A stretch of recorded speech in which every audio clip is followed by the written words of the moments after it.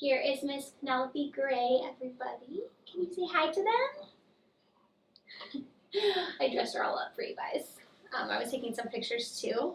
She's gonna go spend some time with Dad though while I film. I wanted to show her to you guys, little sweet little girl. Okay, you can go nap now.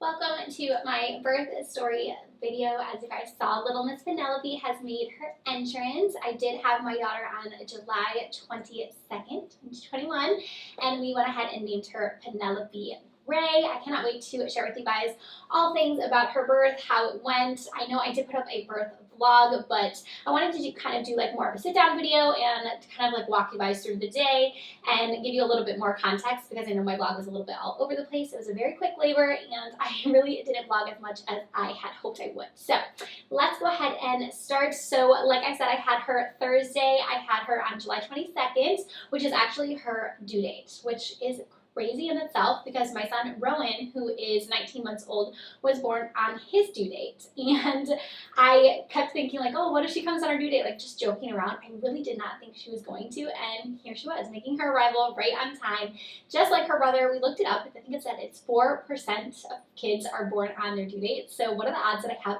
two kids right on their due date? I don't know, but it's very fun and I'm so excited that she's here. We are just so in love. I know I posted a video of Rowan meeting her for the first time. I know we've just been like taking it all in, taking in all the snuggles and spending as much time with the two of them as we can, and it's just been such a great experience so far, and I'm just so excited to watch them grow up together. And yeah, I'm going to now start with kind of walking you guys through that day. So that Thursday I actually got a massage earlier in the day, and I don't know if that helped like push me into labor, but I had heard from a girlfriend that helped her, so I was like, okay, let me try it. And I went ahead and got a prenatal massage. So I had that. I think I had, my appointment was at 11, so I had that at 11. Before that I was doing a lot of like curb walking, I say, but not really. I have a deck that has 2 stairs, and I was kind of walking on like one step and walking on the other step. Like I did so many laps around my deck trying to get this baby out of me. I had been on my pregnancy ball. I just really wanted her to come on her own. Obviously, I know that inductions are inevitable sometimes, but I was really hoping not to have one, and I was just trying to do all the things to get her out. Honestly, I was eating all the spicy foods, doing all of the things. I have had a pretty regular pregnancy up to this point. The only thing that is that they told me is that I have high fluid levels. It's called Polydramnios, I believe is how you say it. It's a really long word, but it basically means that there is too much fluid. So that was an issue towards the end of my pregnancy. I think they said, I think I found that out at like 36 weeks maybe. So I was going in for non-stress tests as well as scans weekly to see if my fluid levels were continuing to rise. So the last scan that I had, I believe they were at a 27. And so when I was expecting my water to break, I was expecting it to be a lot, because that is how they had explained it to me. They're like, when you have this, your water breaks, and it's like literally a ton of water. And also there can be complications when your water breaks, like the cord can detach, there can be like arms that slip through. I'm like, oh my gosh, that sounds terrifying. So I was hoping I would go into labor on my own, but I was also a little bit nervous about that too. So what ended up happening is that night, I actually was sitting here in my beauty room, and I was just sitting like doing something, and I heard like a pop.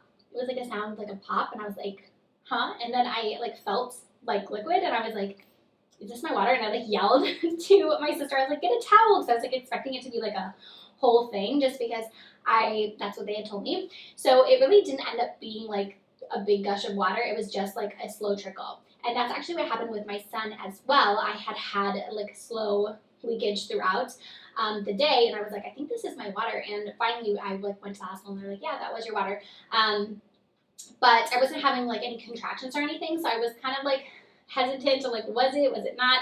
I actually had heard of people hearing it pop before though, so I was like, I'm pretty positive since I heard it.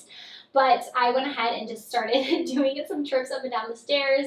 I was like walking sideways, like holding the rail, like, let me get this thing going. If this is labor, like I want to, you know, start contractions. So I was feeling a few at the house, but it wasn't really a lot. And I was like, should I go in? Should I not? Should I wait a while? We do live pretty far from our hospital. We're about 45 minutes away. So that also played a factor in me deciding to go in, because I was like, I don't want to wait too long and then, you know, be too far away and have this baby in the car or anything. But with it being my second baby, it's like, I know it can go faster, so I didn't know. So I kind of just waited around for a while. I think we were home for like maybe a little over an hour and a half maybe after I like felt that gush. And I went ahead and I called the triage at the hospital and talked to a midwife there, and I was like, hey, like, you know, I have this high fluid levels, like, should I come in, should I wait? And she kind of said it was up to me, and I think ultimately we just decided I was more comfortable with going, just that so that I was there in case anything happened, or in case like my water really decided to like break, we'd be at the hospital in case anything were to happen. So we went ahead and left. My husband is the best, and he actually made notes. He did this for my son Rowan as well, which is so nice, but he has like a whole list of notes of everything that happened, so it's very easy for me to reference for you guys. So we left the house at about 9:40.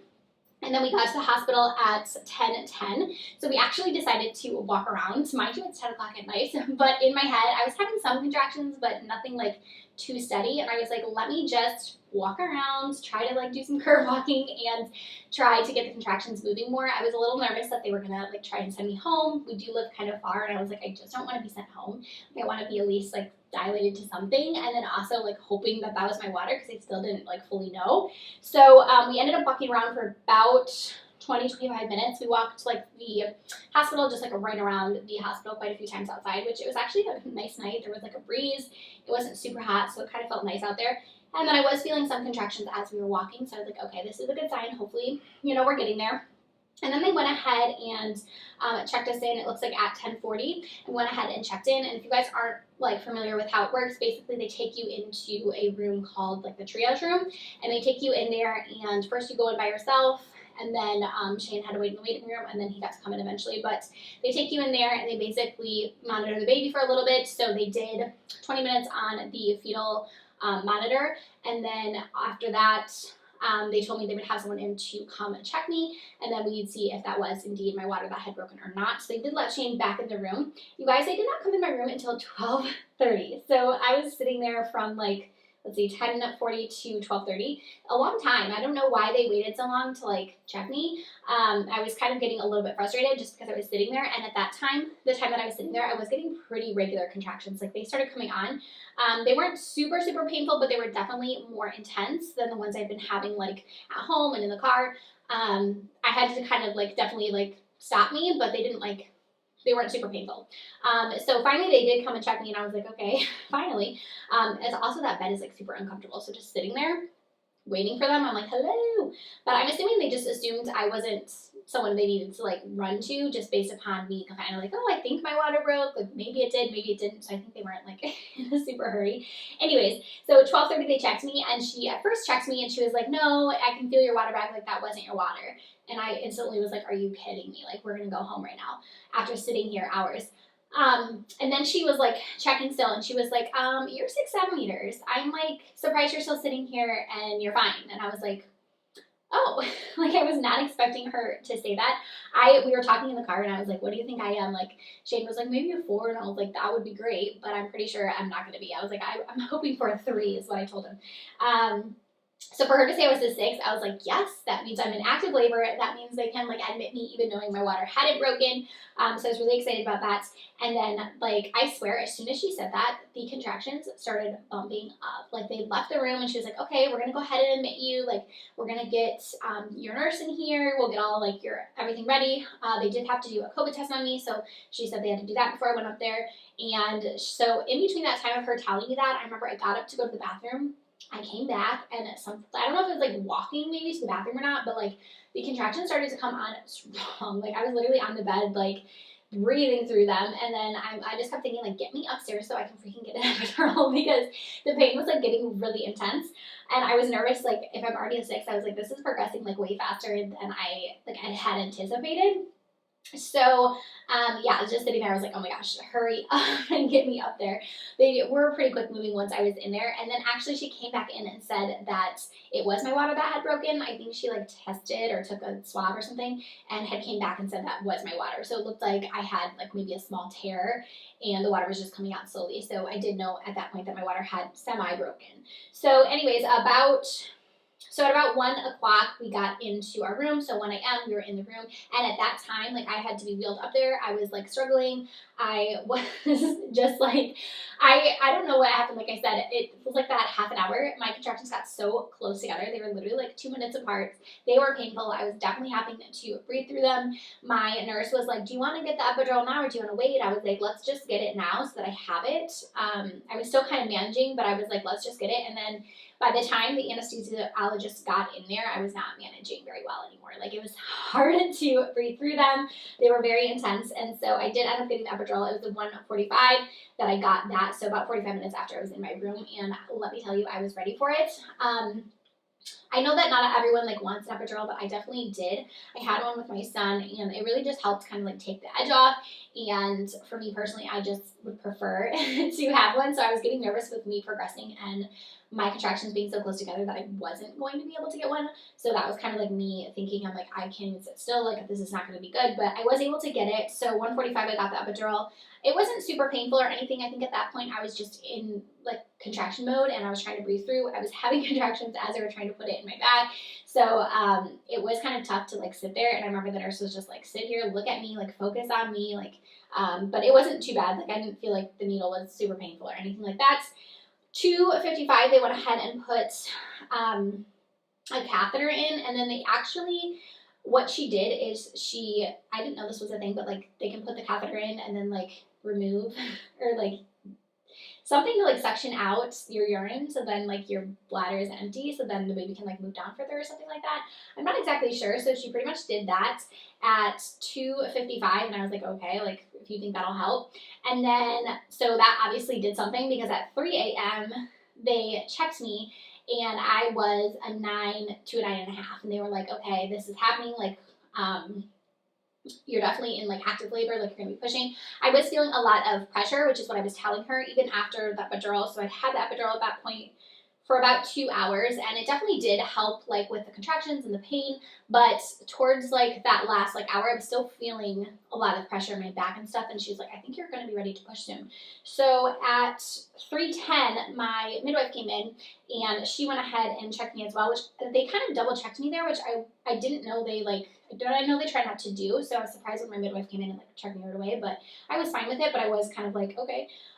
So she had actually checked me at 3:10, and then while she was checking me, my water actually broke, so it was like a gush of water, which I was kind of waiting for, especially with the high fluid levels. So they went ahead and that just like broke on its own, and then right after that broke, my blood pressure actually ended up going down really low, and I don't know if it was from the water breaking or the epidural or what, but it ended up like dipping really low, and it was kind of a lot of chaos. She was like calling in the anesthesiologist, and with everything that had happened with my son, I was like my heart was like racing, which probably didn't help me any, but she was like, you need to move, like scoot over, like they were moving me in positions, and luckily it went right back as soon as I like turned positions.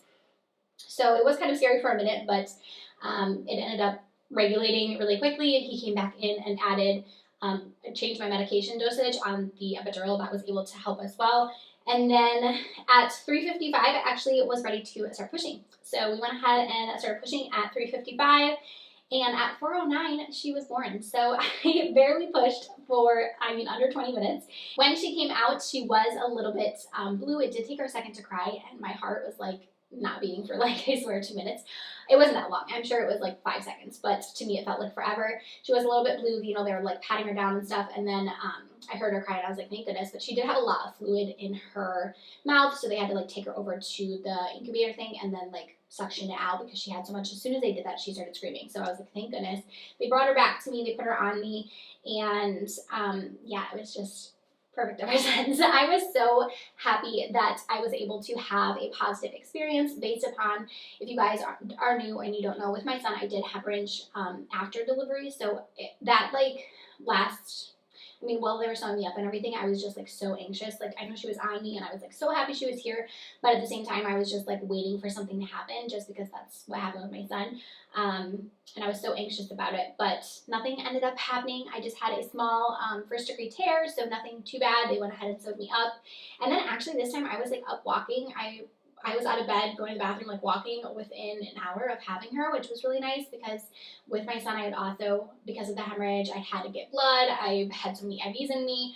That one, for him, I was like in the bed for over 2 days. Like I could not move. So it was really refreshing and like totally different experience, just being able to like walk around and, you know, get my energy back slowly. So at 6:45, they actually moved me to the second room, and that is where they go ahead and like have you for the remainder of the time. So we had to stay there for 24 hours. We're there a little over 24 hours, but yeah, that's like in an upstairs room. So we were already in there a few hours after she was born. And again, she was at 8 pounds, 2 ounces, and she was 21 inches long. So right on track with my son as well. He was 8'6". So I guess I just have like 8-pound babies on their due date.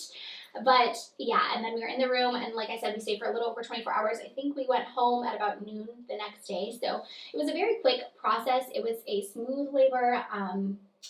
I like really have no complaints about it. It really was just ideal. I'm so thankful that that happened to me, because with everything, like I said previously, I was just so anxious, and I had so much anxiety about the birth, and I was just nervous about it. And it really just was ideal and kind of like what I wanted to happen very quick.